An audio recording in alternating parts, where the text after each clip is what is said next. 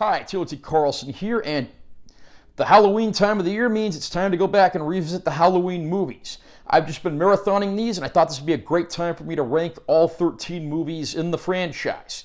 Now, a brief disclaimer before I begin, these are my opinions only. Yours can and probably will differ. If you want to share your lists and your opinions in the comments down below, that's totally fine. Just keep it civil and no insulting comments. And I'm going to get right down to business, so we're going to start at the bottom at number 13. At number 13, I have Halloween Ends. What is the absolute worst way to give a classic movie character a send-off? How about making him a supporting character in his own movie? Halloween Ends focuses on a new disenfranchised young man who turns to killing after he meets Myers and meets several bullies and wants to get revenge. Already, this just sounds terrible because you're giving Michael Myers the shaft in his own movie. It's such a disappointing send-off for the character. Not to mention, in this movie, the town of Haddonfield is just a bunch of unsympathetic jerks.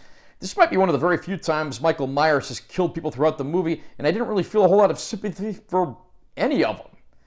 It's a complete dismal failure as a finale to the franchise. Of course, they'll reboot it, but that'll be a story for another day down the line, which I will certainly cover on this channel when the day comes.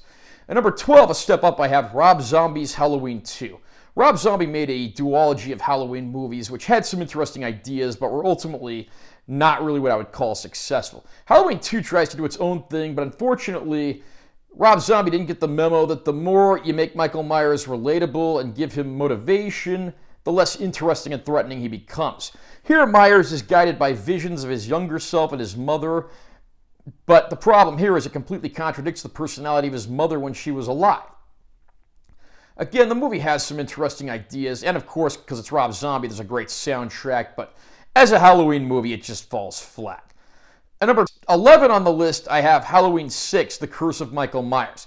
This one was a bit of a mess behind the scenes, so we have both theatrical and producer's cuts. Spoiler alert, neither one of them is really great.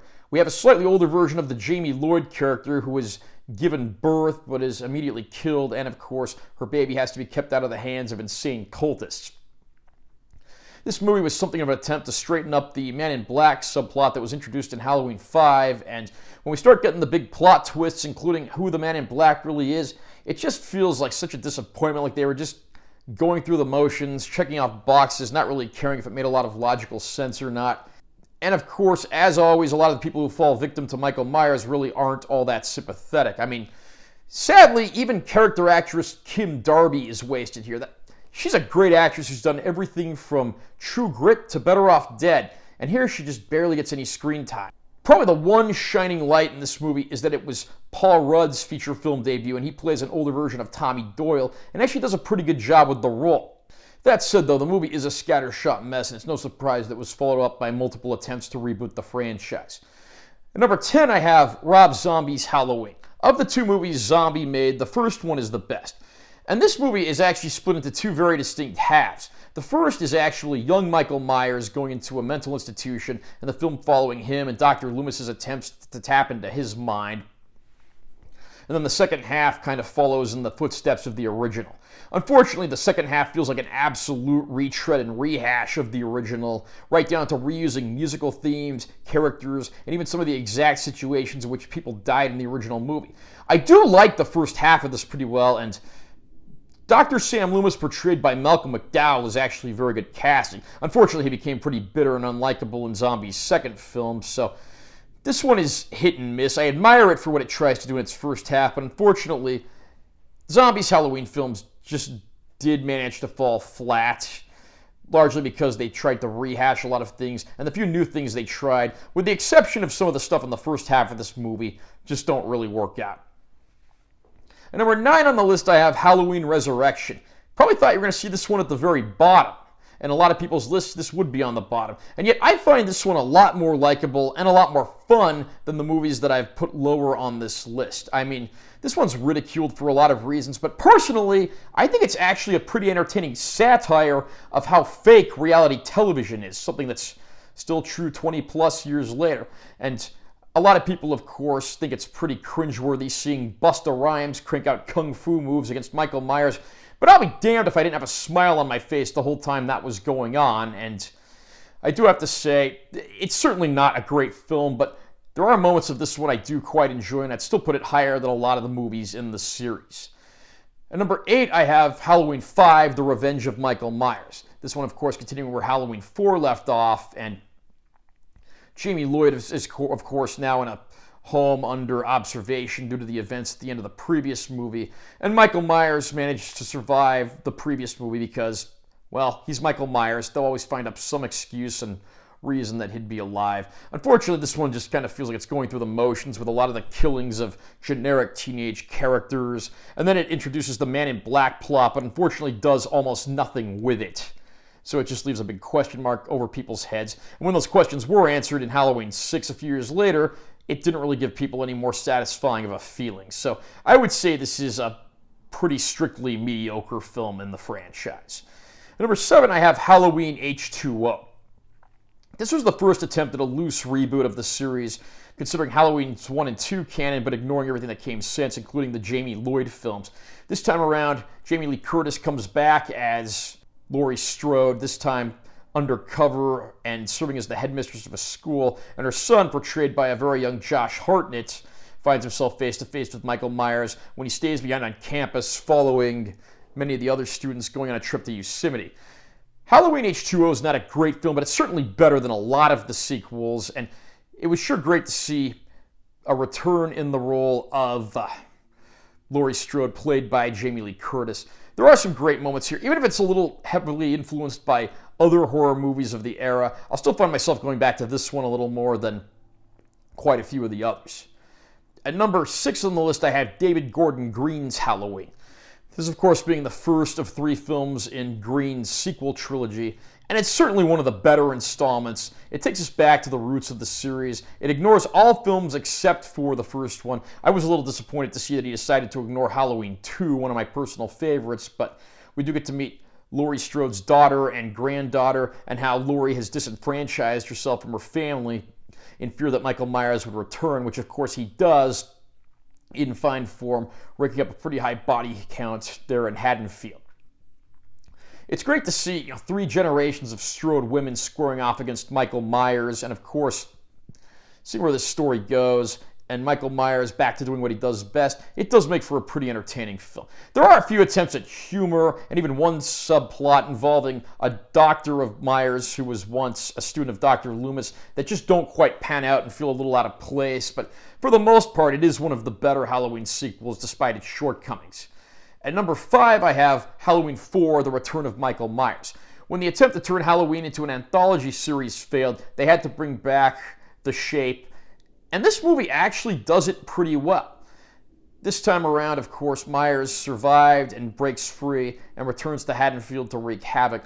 This time around, it's said that Laurie Strode died in a car crash, and it follows her niece, Jamie Lloyd, who has been adopted, and of course we start seeing, her older adopted sister and some of the relationships and friendships she has with people, and how all of it is turned immediately upside down by the arrival of Michael Myers.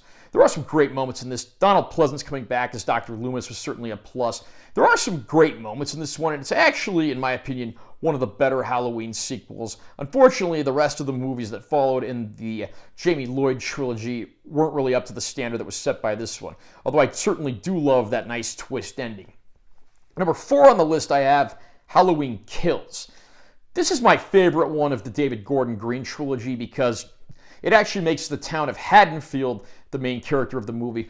We're reintroduced to old faces like Tommy Doyle, this time around portrayed by Anthony Michael Hall, and even former Sheriff Lee Brackett, once again portrayed by Charles Cyphers, who by now is retired and working as a hospital security guard. The town, of course, forms a posse and goes to swear revenge on Michael Myers, knowing that his spree of killing has continued. There are some absolutely brutal scenes in this movie, and it certainly lives up to its title. But I do like seeing the town of Haddonfield developed a little better, and this one certainly has some fantastic moments. Probably the only real complaint I have is Laurie Strode just doesn't get that much to do because she's relegated to a hospital bed. That said, I don't think there's any movie of Michael Myers being more brutal than he is in this one. And again, I do like the emphasis on the town of Haddonfield at large, which is a nice change. It's certainly better than Halloween Ends, by which time the town just turns into a bunch of jerks. At number 3 on the list, I have Halloween 3, Season of the Witch. You probably weren't expecting this one to be so high on the list. That said, Personally, I like the fact that they tried to turn this into an anthology series and tried something different. Yes, this movie's cheesy, campy, and over the top at times, but it gave us something totally different that I actually thought was quite entertaining.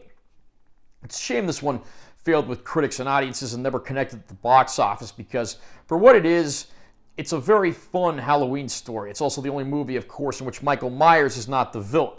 It's different, but I enjoyed it. And I would still find myself going back to this one than most of the movies that actually have Michael Myers as the villain. And number 2 on the list, I have Halloween 2.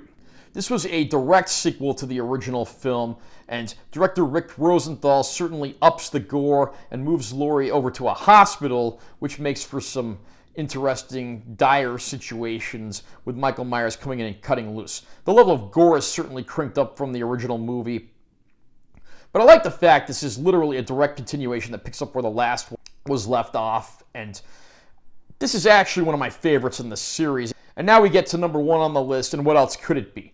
Halloween, the original film from 1978, directed by John Carpenter. This movie was just fairly simplistic and low budget in its execution, but what did John Carpenter and company make? They made a classic for the ages. This was the movie that introduced Jamie Lee Curtis to the fray, she of course being the daughter of Hollywood royalty Tony Curtis and Janet Leigh. But it was proven here that she could act well on her own, and she does an excellent job throughout the movie. It's nice to see her be the straight character to her more promiscuous friends, who of course become victims of Michael Myers. It's the perfect introduction to this franchise, the perfect introduction to Michael Myers, and one of the greatest horror movies ever conceived. One of my personal favorites, and one that I think keeps fans coming back for more than any movie in this series that has come since, despite larger budgets and more elaborate, violent plots. And there you have it, 13 Halloween movies spanning a course of over 40 years, ranked. What is your opinion? What do you think the best and worst Halloween movies are? Comment down below and let me know what you think. Also, remember to subscribe to this channel for more content, because I'm always posting new videos, and make sure you give this one a like if you found it helpful. I'm Taylor T. Carlson. I'll see you next time.